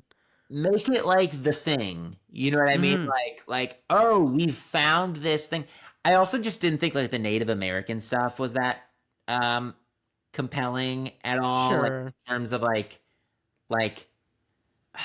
it just felt very cliche to me. Like, oh, of course they know everything about it and they're the ones who are keeping it at bay and they know every single rule about Pennywise. And it's just like, again, it's like, the more you explain to me, like, it's like, okay, Pennywise is basically like a god, like almost like in this show. Like, it's like this like omnipotent like demon. And then it's like, oh, so you're just like, there's like a few little pieces of stone. Yeah. You know, again, that bothered me. Yeah. It's like, I don't know. I mean, again, it sounds I wouldn't be as bothered if it wasn't just such a massive part of the show. Yeah, and like, I do a lot of time with that. Yes, I somewhat appreciate them saying like, "Oh yeah, these are just shards of the meteorite that he came down in, and that's why." Like, that's fine, but it again felt like, oh, we need to triangulate where each shard is, and I'm just like, I don't need that. Like, that's busy work for the show. Like, that's. It doesn't work for me. I think they could really I really think moving forward, and I know they won't do this because like the show just got like wackier and wackier and wackier as it went on. Like, you know, but like, I know you had a question for me. You wanted to ask about like what I kind of thought about the future, but like for me, it's like what I would want to see is like make this simpler, like streamline this a little bit, like work on having some really effective creepy horror sequences. I don't need all this backstory about Pennywise. I don't need a military plot. I don't need this massive, like, literally the world is at stake scale. You know, like let's just make this like simpler, because like when it's simpler and more intimate, it is scarier, you know? And also you get better character work.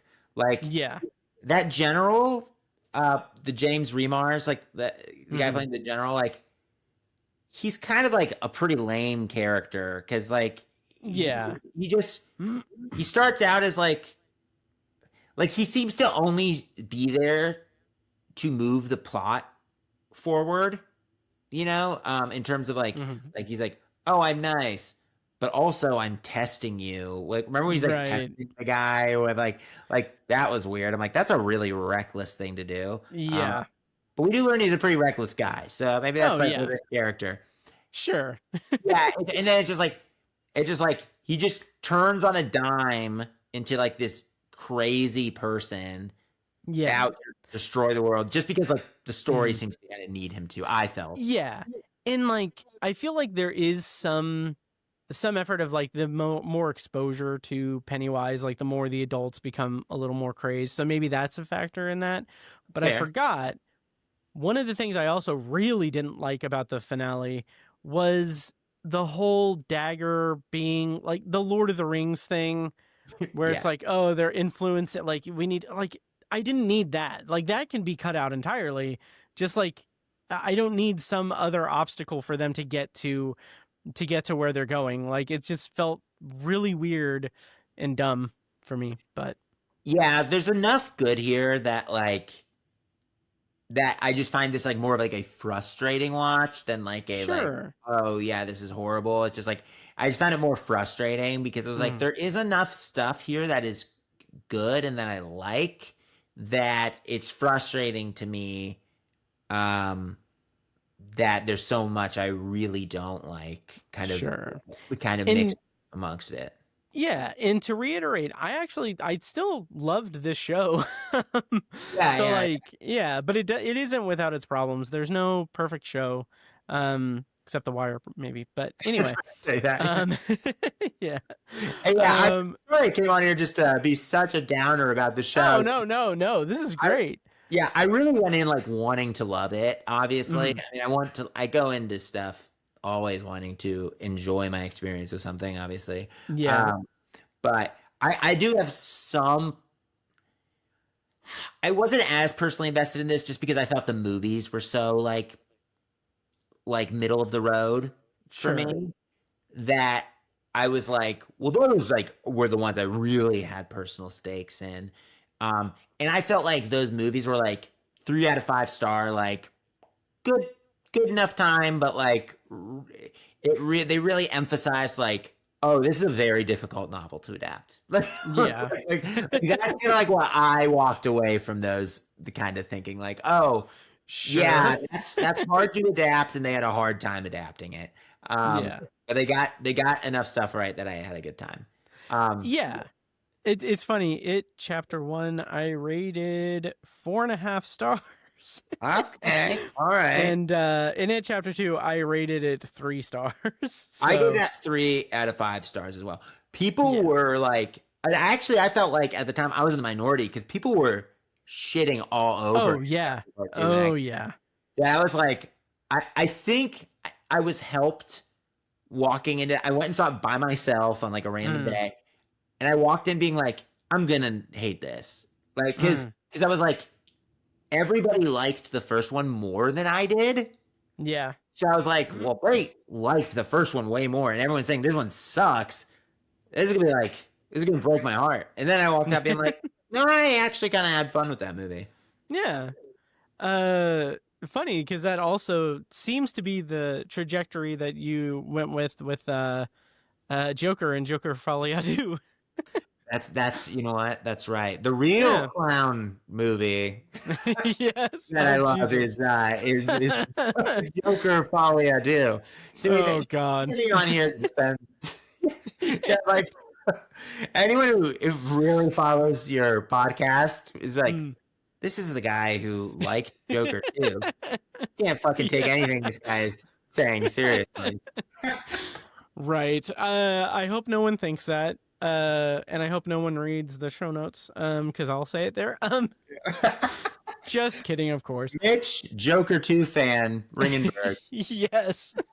joins us once again. Yep. But I do have a couple of questions for you. As we're kind of winding down, I think, because I don't know if we can really talk much more about it. Welcome to Derry. I'm sure we could, but Actually, 3 questions. One, how did you feel about the tie-ins at the end of the season? Like, Dick Halloran saying like, oh, like, again, fan service, loved it. The whole like, how much trouble can a hotel be? Wink.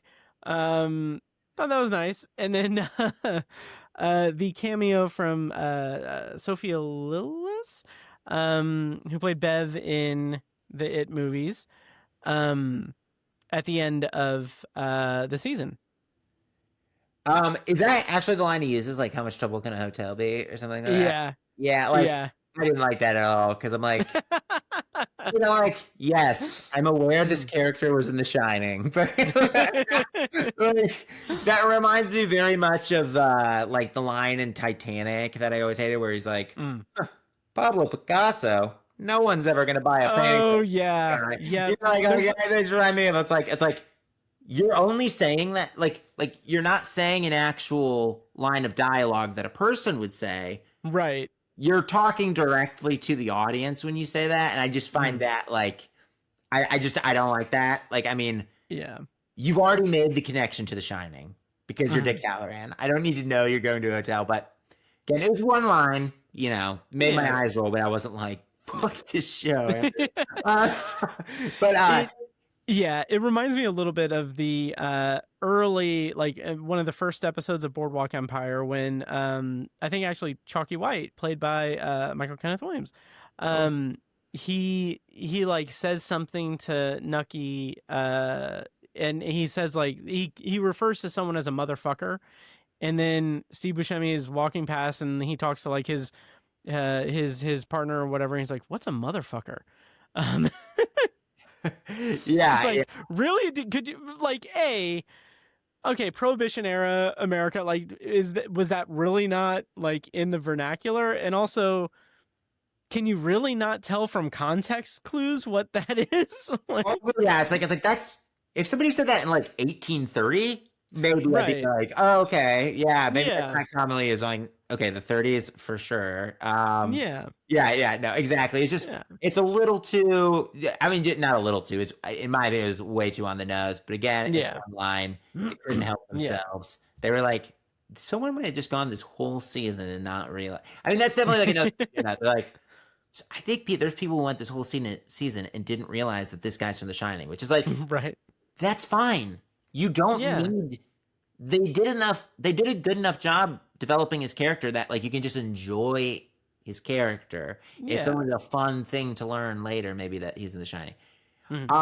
Seeing Bev, I had like no reaction to it. It's fine. Like, that's cool. I mean, you're tying it into, the thing that this is the prequel for. People were online and like people were like freaking out, like ecstatic by that cameo. I'm like, I saw that too. I didn't think that was that crazy. I didn't think it was bad. I just was like, oh, like that didn't like, I didn't jump out of my seat. I was like, yes, I do. I remember her from It. Yeah, it was to the point, the fan reaction that I was seeing, because I knew I knew that she was in it because of the internet. And like the fact that the episode's titled Winter Fire, I went into that episode thinking like, somehow Bev is going to play a role in this. And I'm like thinking like, how? Because she doesn't exist in 1962, like, or whatever year it is. Like, I think it's 62. Yeah. Anyway, she doesn't exist then. Like, how are they going to factor that in? So much so to the point where when I think either at the end or like early on in the finale, when they're all like, oh yeah, he's gone back to sleep and everything's all good. I was thinking, or I think that was the end of the penultimate episode. But anyway, I thought like, oh shit, are they going to do a time jump to 27 years later? And we're going to have like somehow the Losers Club? And I'm like, how is that going to be a thing? And it's not. But I don't know. I didn't mind. I thought, okay. Yeah. Yeah, it was fine. I felt like the show thought that was like crazier than it like really was, but yeah, no, it was fine. I appreciated like that, the old lady is, Bob Gray's daughter or whatever. Yeah. So I was like, that's cool. Like I actually didn't put that together, and that was fun that was like fun to see. Sure. So that's like what I got more out of the scene, just being like, yes, this girl exists during this time. Right. I Yeah. had more fun in terms of fan service. Nothing against Sophia Lillis or anything, but I got more enjoyment out of the fan service from the fact that like when it goes to like before it goes to that, we see the kind of before the credits or whatever, it has the title card like Welcome to Derry, and then it adds chapter 1. I love that because it's the same thing they did with it chapter 1. The end of the movie has chapter 1 added to it, and like I thought like, oh, that's a nice piece of symmetry and everything. So I don't know, something like that was more enjoyable to me than jumping ahead to 1988. So Yeah. the other question I was going to ask, this is a two-sided question. One, I believe that the next season is supposed to be about the 1935 cycle and the Bradley gang from the book, just gangsters that Pennywise influences to just wreak destruction and havoc, and a big shootout, I believe, is the kind of final confrontation. How do you feel about that if the show is going to explore that, and what would you like to see in that? For one, for me, and I think you'll agree, I also want to see it just downplayed. Like, I don't want it to be end of the world thing. I want it to be like, oh, it would be cool to see Pennywise influencing these 30s era gangsters to wreak maximum destruction that they can, so that he can feed upon the fear and the children and everything.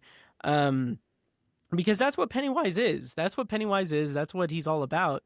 And seeing that aesthetic, like that's the other thing that kind of bothers me a little bit about this iteration, this season, is because it's so large scale that there's not like a reasonable excuse or cover up that could be done. Like with the Bradley gang in the book in the 30s, like, oh, those were gangsters that had a big brawl and gunfight in the middle of Derry and caused a lot of death. Like that's the explanation and everything. Like here it's like, oh, a bunch of kids were hypnotized and their principal was murdered. Like it's too high scale. It's too big scale. Yeah, and I kind of wonder. It's like you know, it just brings up all these questions that like you don't want the show to make you wonder about, right? Yeah. Of like, so they're getting a new principal. Like, what do they think of that? Right. How do they explain that? You know, yeah. Actually, an evil clown demon actually murdered the principal and used him like a hand puppet. You know, but like, are they still gonna have to take finals right. when they wake up? Like, don't you think all these questions that you're like, I don't want to think about that. Like, as for like your question about that, I don't remember that gang too much in the book.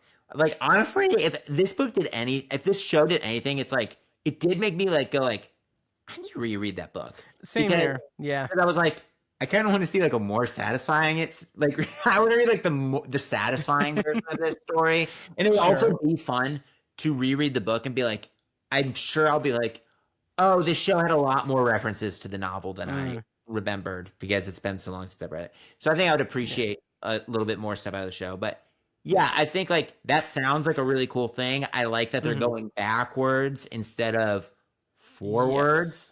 Yes. I would say if they do something where it's like, now it's the grandparents, like that would be yeah. Oh yeah. I mean, pretty much what I kind of said earlier. It's like, I'd like to see this like a little more stripped down, less goofy subplots, less. I mean, I don't even know how you can do more explanation for Pennywise at this point. Like we now know everything about him. Right. So I, you know, but just less explaining stuff that I don't want to know the answers to, and just like focus on telling a good story with good characters and crafting some cool horror sequences and like to me, I think like that. I just think this type of story works best when it's more intimate and a Yes. smaller group of people having to kind of like face this insurmountable evil. As soon as like the military's involved, it's like, all right, well, it's like one superpower versus another. And, Right. it's like it immediately, it's goofy. I'm sure I'm curious like what Stephen King thought of this, but then again, Stephen King seems to like have wild taste. I'm sure it's amazing. Yeah. Oh yeah. Oh, absolutely. Yeah. Yeah, I will say this is a stupid joke. But I will say that one of the best moments in this whole season was that very Andy Muschietti moment where we got to see Nicolas Cage digitally represented to look like Randall Flagg. That was a nice surprise. That was cool. I did appreciate that. Honestly, dude, Nicolas Cage as Randall Flagg, that would have been pretty. That would be sick. Oh my god. Oh, 100%. A little too old for it now. Yeah. Like 2010 Nicolas Cage. Yeah. Would have been. I mean, my god. I mean, he's ageless. He's timeless. Randall Flagg is he could be any iteration of Randall Flagg. Mads Mikkelsen, I think, would be a sick Randall Flagg. Yes. I also like Walton Goggins. I think would be fun. I think. Oh yeah. He's getting a little overexposed right now, but he would be fun. But Michael Chiklis as that was my John Ben Stiller as Randall Flagg would be pretty interesting. I think. It's really funny. I don't remember. Like, you've read The Dark Tower? I've read The Gunslinger. I have not. Okay. I need to read more, and I have the first 2 books on my bookshelf right there. I read The Gunslinger when I was like 14, and it was not one of my favorite Stephen Kings when I read it. That's probably why I didn't continue to read the series. I know now I would stick with it. It's just like there's a million things to read. I will read it in my lifetime. Yeah. I will go into my whole like spiel. That's probably not as persuasive as I think it is, but this is not a knock against the series at all because Dark Tower is my favorite thing. If I could pick one piece of IP or one thing to have in terms of art to consume, it would be the Dark Tower for like ever. If I was in like limbo where I could only have one thing, it would be the Dark Tower. But having said that, The Gunslinger is a tough introductory book to it because it is much more much more concentrated on prose and the poetry of the writing and the Russian nesting doll of the storytelling. Like, you've got Roland meeting one person and then telling a story about where he went before, and then in that story he tells another story about something that happened in that town before, and then he talks about what happened after. Like, it's this really interesting, again, Russian nesting doll. But the thing that I keep saying to people who will listen is that The Dark Tower, The Gunslinger, was written by Stephen King, started when he was 19. It was published in a serialized format, chapter by chapter. View that as the prologue to the series, and then The Drawing of the Three, book 2, is like, that's where things click together in terms of... I've heard that book is amazing. Oh my god, it's incredible. It is incredible. Yeah. And that, like, so The Gunslinger takes place entirely in Midworld, in Roland's universe. And again, it is so much character driven. And then once you get to The Drawing of the Three, you get all of the like parallel like universe stuff, and you get all of these like crazy things that happen, and you get introduced to iconic characters like some of my favorite characters in all of fiction. And like, you come away from The Drawing of the Three with a better understanding of what the rest of the series is, like what you can expect going into the rest of the series. So it's so good. It's so good. Yeah, I have like, hold on. Like I Mhm. have Yeah, I have like the drawing of 3 like right here on Nice. my bookshelf. So it's like Aw. I'm going, and it also like has all these like, The I mean, illustrations, oh my god, yeah, it those are has all the so cool beautiful. illustrations and stuff. Yeah. I wish I had this version for they actually had all of these versions at half price books when I went last time, and I That's almost just awesome. picked up the whole series, but I was just like, I was like, you know what? I'm like, these are probably going to be here for a while. They had like multiple copies of each book. I'm like, let me read the first couple, and then like I'll start picking them up. Anyways, yeah, long digression, and I know the listeners can't see the book I'm holding up. It was just a cool Yeah. paperback of the drawing of 3.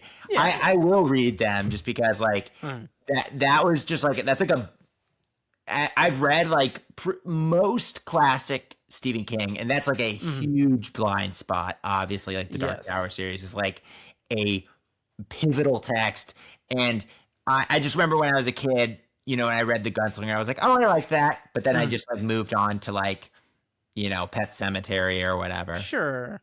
Yeah. But the whole point I was going at with the Gunslinger as well is that one of the stories, like one of the pieces of backstory for Roland is his training to become a gunslinger, and there's a character named Court who is a very like abusive like teacher who is very like, he calls all the students maggots, and he's like very abrasive toward them.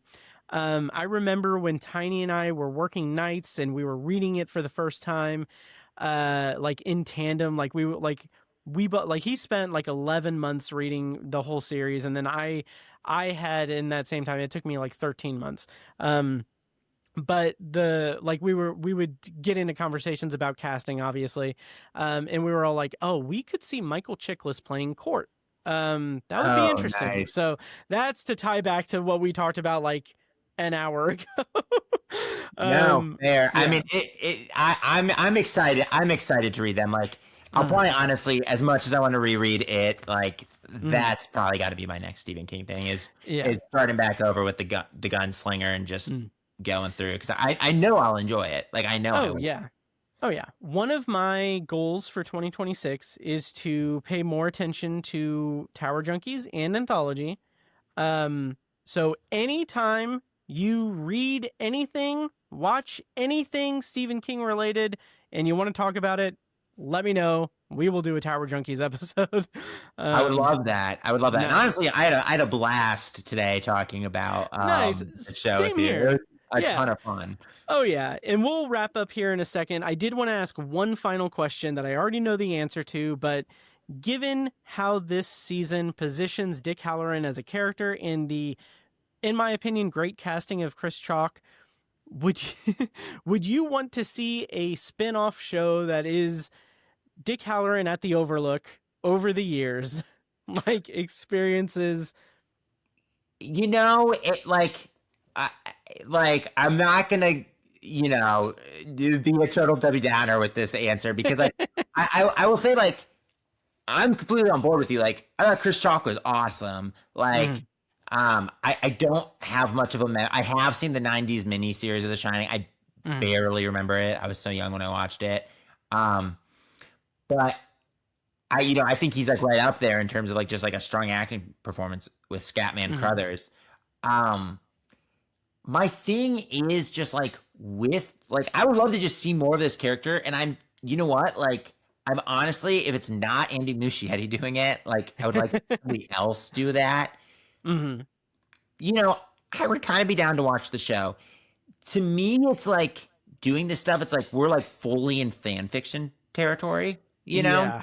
Yeah. Like full fan fiction territory. And it's like, there is something to me where it's like, you are kind of just breaking the text in a little bit, like when you do this. And that is hard for me to get over. Now, if the show is just, I'm not saying it can't be done. Like, if the show is awesome, I'd be happy about it. So, like, I'm not totally opposed to it, but like, I do have just the gut reaction of like, all right, like, you're kind of breaking the text if you're like, crazy shit happened all the time, at the Overlook Hotel, and he had all these insane adventures before, Jack Torrance and Danny got there.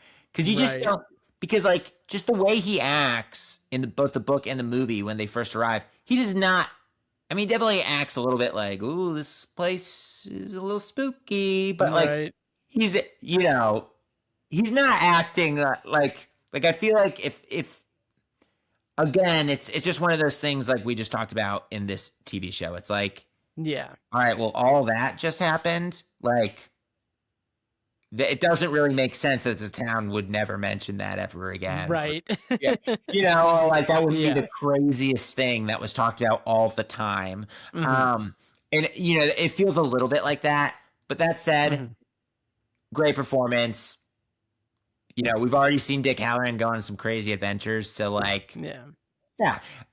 I would be mostly game with some, just kind of a couple big reservations, I think.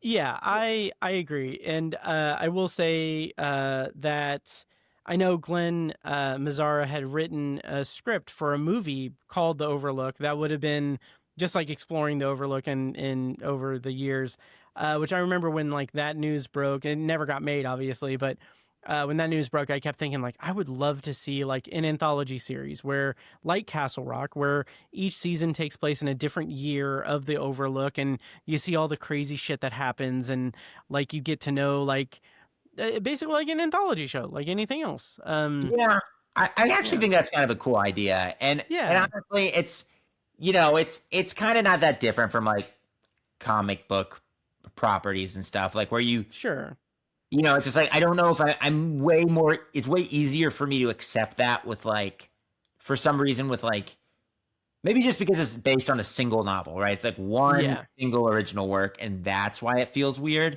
But, it's very easy for me to accept that like, oh wow, James Bond's gone on like 75 adventures. Like that would be a lot, like for one dude. Or like, wow, Batman's done a lot of shit, like a ton of different crazy stories. It's like, but you're like, it's fine. He's just like a character, and he's just like a device that storytellers are using to tell whatever story they want to, right? Yes. Or make whatever movie they want to. We're just using Batman to tell this story. Whereas like it doesn't quite feel the same with doing that with a character from a novel. But that said, like I think if it's a good show, I can sort of just accept in my head like this is just like fun fan fiction. It's like like it doesn't if I don't like where this goes, it doesn't have to be canonical. Like just because this show disappointed me, it's not like it makes me enjoy the novel less. You are preaching to the choir of someone who watched the Dark Tower movie on opening night with Tiny, and us both wearing Dark Tower t-shirts. Yeah, before you finish that sentence, instead of reading the series, should I just watch that movie? Oh yeah, watch it on a loop over and over again. You'll understand everything. Okay, cool. No, it needs to be gone. I love the quote that Mike Flanagan had, where he recently at some point said about his Dark Tower adaptation that he's working on. He said that we can't let the 2017 movie be the final word on the Dark Tower. Like we just can't. And I'm like, that seems like that movie. I never saw that movie, but it seemed just from an outside, like it seemed like very much the victim of studio meddling as well. Oh yeah, yep, yeah. But speaking of meddling, I'm not going to meddle with any more of your night. That's shucks. Whatever. I had a great time. I did too. So as we wind down, why don't you tell people where they can find you online and what you've got coming up, if anything, or what movies you're looking forward to? Yeah. Let's see. You can find me at Midwest Film Journal, Letterboxd, Wounded_Kite. I'm very active on Letterboxd because I watch too many movies. And no such thing. I don't have anything in the pipe right now for Midwest Film Journal, but I'm sure here in the next month or so, I'll have something posted up on there. Yeah, it's January.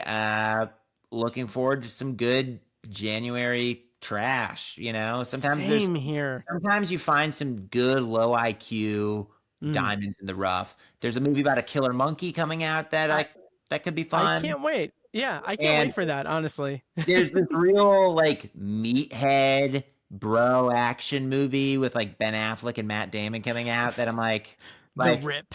Yeah, I'm like, I'll be watching that. Like Sure. It's gonna be terrible, but like I will absolutely be watching it. Like that looks like this month's Den of Thieves. You know what I'm saying? Yes. And that's what I want in January. Mm-hmm. Me too. Yeah. But okay, well, that will do it. I'm going to go ahead and read my whole spiel. That's it for this week's episode of The Obsessive Viewer. As always, thank you so much for listening, and make sure to follow the show on social media and subscribe to the podcast on your preferred podcast app. Also, check out Obsessive Viewer podcast's other shows. Tower Junkies, a Stephen King podcast hosted by Tiny and myself, and Anthology, the Twilight Zone and classic sci-fi podcast hosted by me. Next week on the show, it is episode 500 of the Obsessive Viewer podcast, and it is going to be our year in review episode. Can't wait. Until then, thank you so much for listening, and we'll see you next week. Tell me I view obsessively.